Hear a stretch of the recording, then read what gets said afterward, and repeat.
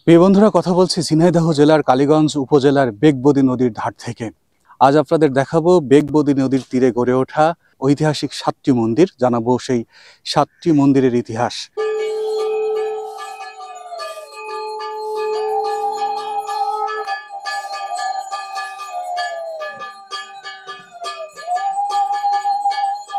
একসময় এখানে ছিল রাজা, রাজ্য আর রাজ্য রক্ষায় সেনাবাহিনী।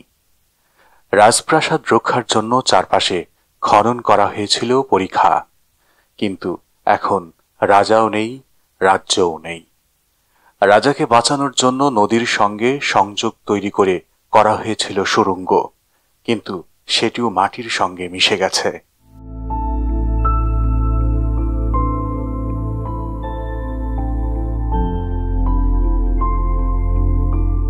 ঝিনাইদহ জেলার কালীগঞ্জ উপজেলার নলডাঙ্গা ইউনিয়নের নলডাঙ্গা গ্রামে এখন কালের সাক্ষী হয়ে দাঁড়িয়ে আছে রাজা বাহাদুর প্রথম ভূষণ দেবরায় রাজার 7 সাদৃশ্য মন্দির।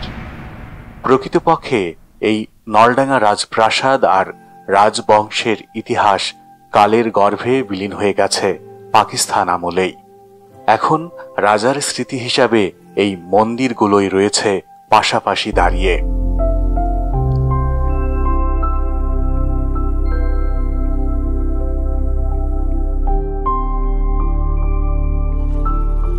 ঝিনাইদহ সদর থেকে 15 কিলোমিটার দক্ষিণে ও কালীগঞ্জ উপজেলা শহর থেকে 5 কিলোমিটার উত্তরে এই রাজবাড়ির অবস্থান।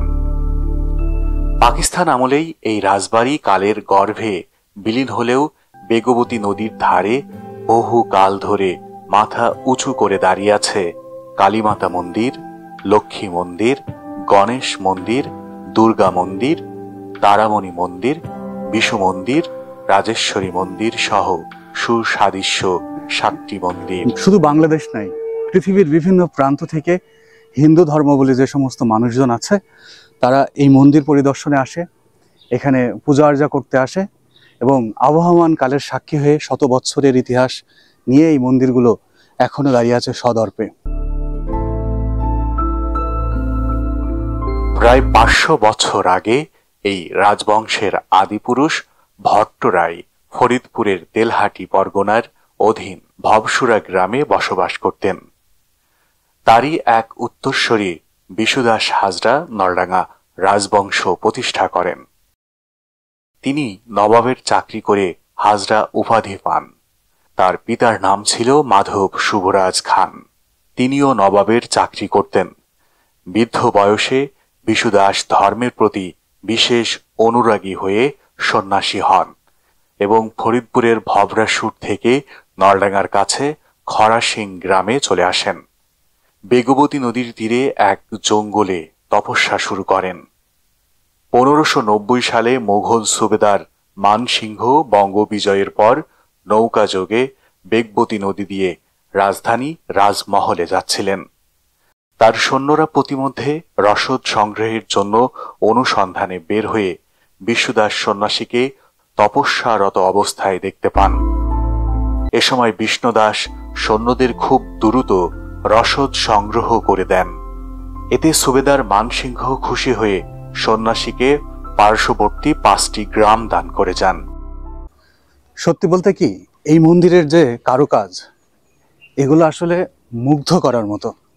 এখানে হিন্দু দেবদেবীর প্রতিকৃতি কি চমৎকারভাবে করা, আর এগুলো কিন্তু সংস্কার করার পরে দেখতে পাচ্ছেন যে সদ্য সংস্কার করা হয়েছে।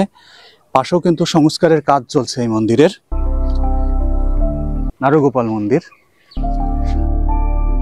এই গ্রামগুলোর সমন্বয়ে প্রথমে হাজরাহাটি জমিদারি এবং ক্রমান্বয়ে তা নলডাঙ্গা রাজ্য হিসাবে প্রতিষ্ঠিত হয়। তখন নলডাঙ্গা এলাকায় নলনটাই পরিপূর্ণ ছিল, তাই স্থানটি নলডাঙ্গা নামেই অভিহিত হয়। এরপর প্রায় 300 বছর বিভিন্ন শাসক বিভিন্ন সময়ে মন্দিরগুলো প্রতিষ্ঠা করেন। এরপর 1970 সালে রাজা ইন্দ্রভূষণ যক্ষায় মারা গেলে তার নাবালক দত্তক পুত্র রাজা বাহাদুর প্রথম ভূষণ দেবরায় রাজ্যের দায়িত্বভার গ্রহণ করে। তিনি প্রতিষ্ঠা করেছিলেন আজকের এই বিলুপ্তপ্রায় কয়েকটি মন্দির, যা কালের সাক্ষী হিসেবে মাথা উঁচু করে দাঁড়িয়ে রয়েছে বেগবতী নদীর তীরে।